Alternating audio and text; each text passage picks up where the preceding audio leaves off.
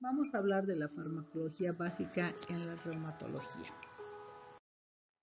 ¿Cuáles son los objetivos de la farmacología básica en reumatología? Los objetivos obviamente son reducir el dolor y mejorar la función de las articulaciones del enfermo. Buscar la reversión, es decir, la curación, o la remisión, es decir, la detención de la enfermedad. Evitar las complicaciones de la misma enfermedad reumática y mejorar y mantener la calidad de vida del paciente reumático. ¿Qué tipo de fármacos son utilizados en reumatología? Existen muchos tipos de fármacos y se utilizan de acuerdo a los objetivos que se requieren. Los analgésicos y antiinflamatorios no esteroideos se utilizan especialmente como controladores del dolor. Los antiinflamatorios no esteroideos y los corticoides tienen como función disminuir la inflamación. Los fármacos modificadores de la enfermedad se utilizan para producir la remisión de la enfermedad, es decir, detener la enfermedad. La terapia biológica con productos biológicos se los considera aparte por las características que tienen en cuanto a su mecanismo de acción. Y muchos otros fármacos que existen que se irán tocando de acuerdo a la patología para los que se requieren. Vamos a hablar de los antiinflamatorios no esteroideos. Son un grupo heterogéneo de fármacos que tienen acción sobre la inflamación, la fiebre y el dolor. Por eso se dice que tienen acción antiinflamatoria, antipirética y analgésica, y que actúan inhibiendo la producción de prostaglandinas proinflamatorias. Al bloquear la actividad de la ciclooxigenasa, estas prostaglandinas no se producen. Existen dos tipos de ciclooxigenasa, la COX-1 y la COX-2, que difieren entre sí en su acción. La COX-1 es responsable de la producción de eicosanoicos, llamados prostaglandinas y leucotrienos, que están implicados en el control de la homeostasis, en la protección de la mucosa gástrica, la trombogénesis plaquetaria o la hemodinamia renal.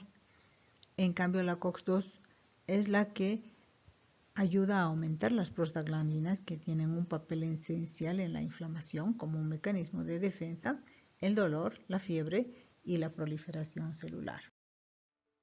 En esta tabla podemos ver tres grupos de antiinflamatorios, de acuerdo a la inhibición sobre la COX-1 o la COX-2. Tenemos el grupo 1 que inhibe completamente ambas ciclooxigenasas. Ahí están los antiinflamatorios no esteroideos tradicionales, como ácido acetil salicílico, ibuprofeno, naproxeno, indometacina, dexketoprofeno. En el grupo 2 está el paracetamol, que es más considerado un analgésico e inhibe débilmente ambas isoformas. Y luego tenemos el grupo 3, que inhiben mayoritariamente a la COX-2, donde se encuentran el meloxicam, el diclofenaco, el celecoxib y etoricoxib. Debemos recalcar que algunos de ellos son selectivos de la COX-2 y hay otros que son preferentes de la COX-2. En esta diapositiva podemos ver cómo los antiinflamatorios pueden inhibir más a una ciclooxigenasa que a la otra. Eso también puede explicar por qué tienen algunos más efecto analgésico que antiinflamatorio y lo contrario, y así también podemos ver las diferencias en cuanto a su toxicidad. Hay que recalcar la acción antiagregante plaquetaria de algunos antiinflamatorios, que es muy importante en el caso del ácido acetil salicílico o aspirina, que inhibe en forma irreversible a la COX-1. Esta peculiaridad ha sido utilizada precisamente para evitar la formación de trombos en los pacientes que tienen riesgo. ¿Cuál es el antiinflamatorio más efectivo? No existen estudios que demuestren las diferencias de efectividad entre un antiinflamatorio y otro. Lo que sí se puede decir es que cada antiinflamatorio es aceptado por el paciente de una forma diferente. Es decir, que existe un efecto idiosincrático que nos obliga a acordar con el paciente sobre qué antiinflamatorio podemos administrarle. Habrán pacientes que dirán que un antiinflamatorio les hace más efecto que el otro. o que les calma más el dolor que el otro, o que toleran mejor el uno que el otro. Entonces, la elección del antiinflamatorio depende mucho de la forma de decepcionar que tiene el paciente. En cuanto a la dosis máxima y a la posología, difiere dependiendo del antiinflamatorio. Siempre es importante recordar que tienen un techo, es decir, un máximo de dosis al que se debe llegar. Y que aumentar esa dosis no aumenta la efectividad terapéutica, pero sí puede aumentar el riesgo de toxicidad.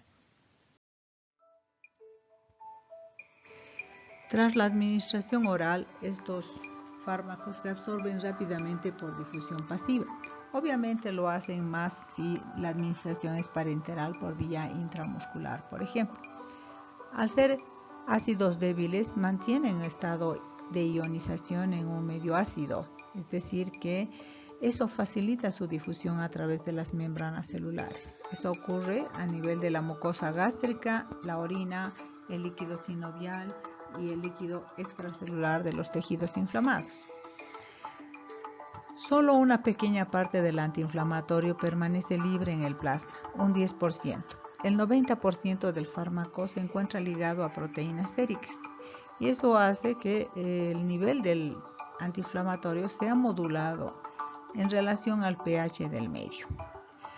El metabolismo es fundamentalmente hepático, se produce por conjugación y se generan metabolitos inactivos que luego se eliminan en el riñón. Solamente un 10% del antiinflamatorio puede ser eliminado en forma activa a nivel del riñón, eludiendo el metabolismo hepático. En todos los antiinflamatorios tenemos la opción de no calcular la dosis en caso de insuficiencia renal crónica, excepto en el Sulindac, en el que se ha visto que la excreción renal es bastante importante.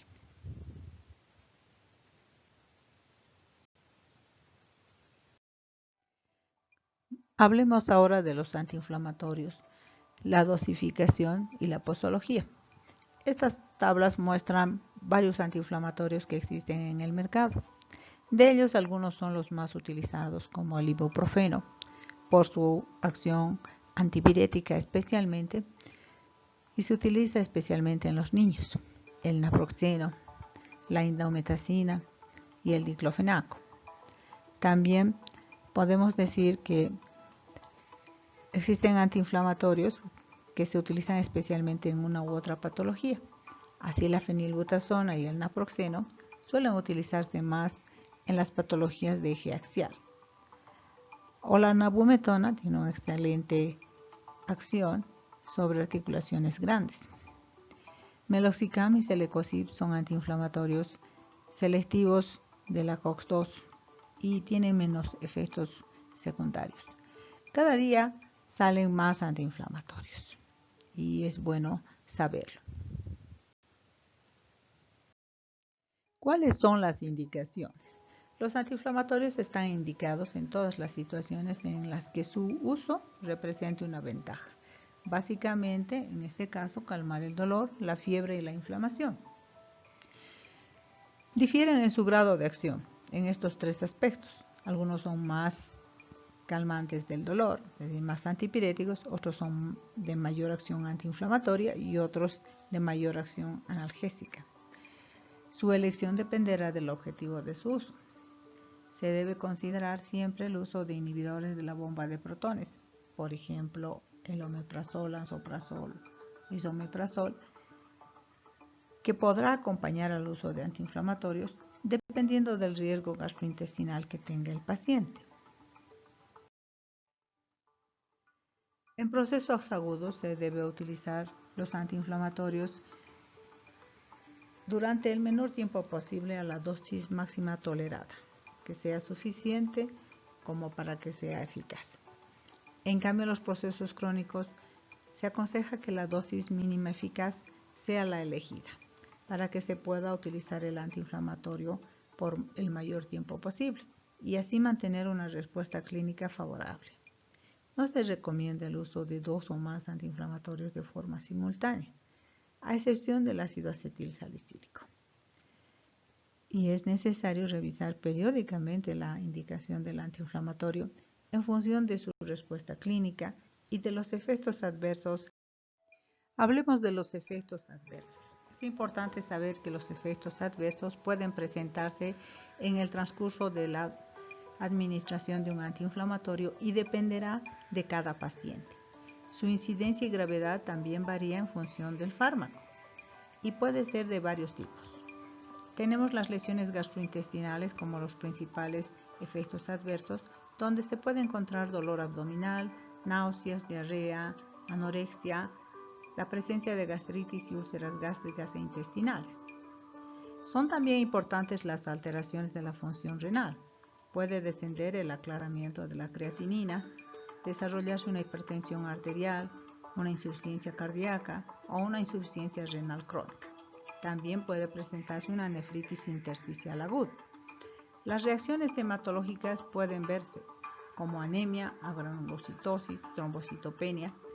La inhibición de la agregación plaquetaria puede ser utilizada a favor precisamente de disminuir la probabilidad de trombos y la equimosis. También hay que hablar de la prolongación de la gestación y el trabajo de parto. Por eso es que hay que dar los antiinflamatorios con mucha vigilancia a las mujeres embarazadas. Puede haber cierre prematuro del ductus arterioso, oligohidramnios y anuria neonatal. Otras acciones colaterales podrían ser la hipersensibilidad o intolerancias alérgicas a algunos antiinflamatorios, que eso es una reacción idiosincrática de cada individuo y puede ser de tipo angioedema o presentar un shock anafiláctico. Por eso es siempre importante preguntarle al paciente si ha recibido alguna vez el antiinflamatorio que hemos elegido. Hay reacciones pseudoalérgicas como urticarias, asma bronquial, rinitis vasomotora, congestión nasal crónica o también el estímulo de la producción de pólipos nasales. Reacciones cutáneas como urticarias, eritema multiforme, la necrolisis epidérmica tóxica, sobre todo cuando son administrados por vía local, y la fotosensibilidad, que quiere decir que se puede presentar irritación en la piel cuando se expone al sol, cuando se está tomando antiinflamatorios. También se han descrito complicaciones en el sistema nervioso central. Son poco frecuentes, pero pueden existir cefaleas, meningitis aséptica, psicosis aguda, alteraciones de la memoria, tinnitus, confusión, depresión, mareos y somnolencia.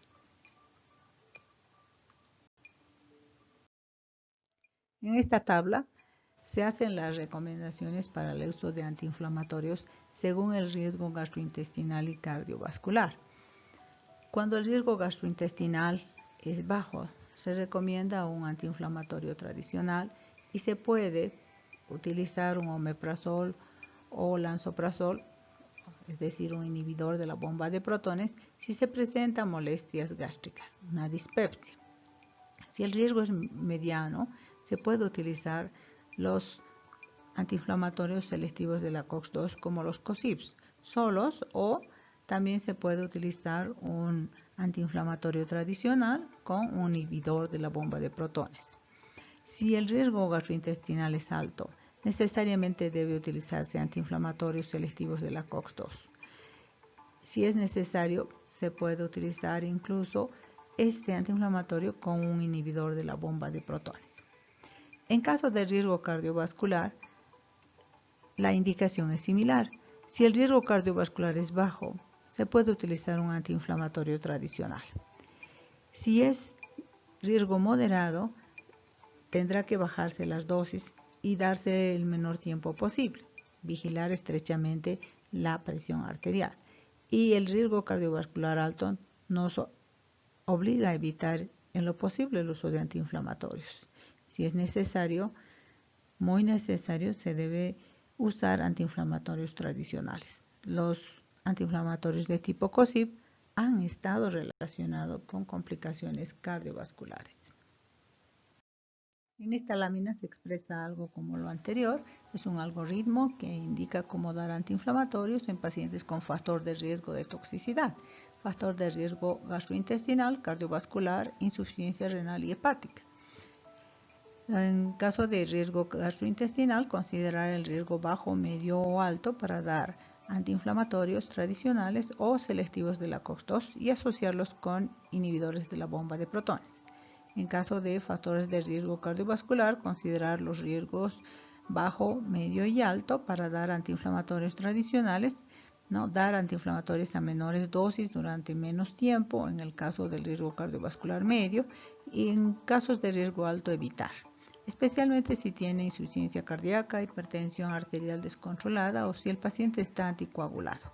En este último caso, si se tiene obligatoriamente que dar un antiinflamatorio, es preferible dar un antiinflamatorio preferente a la COX-2 tipo meloxicam, que tiene muy poca acción sobre la anticoagulación.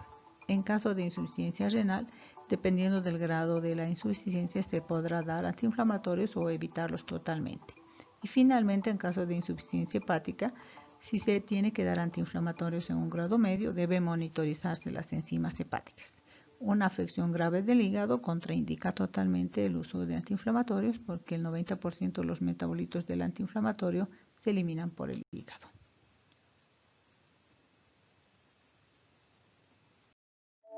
En conclusión, diremos que el uso de antiinflamatorios no esteroideos en reumatología sirven para reducir el dolor y la inflamación y como consecuencia mejorar la funcionalidad articular y la calidad de vida del paciente. Los antiinflamatorios deben ser elegidos con mucha precaución, teniendo en cuenta las características del paciente y también la gravedad de la sintomatología y de la enfermedad.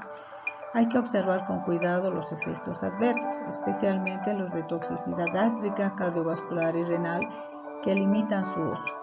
Se puede utilizar los inhibidores de la bomba de protones para la toxicidad gástrica. Sin embargo, estos no nos son útiles cuando se trata de toxicidad cardiovascular y renal.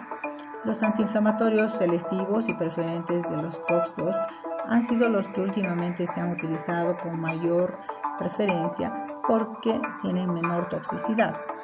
Cada día se descubren nuevos antiinflamatorios, cada vez con mayor acción antiinflamatoria y menor toxicidad.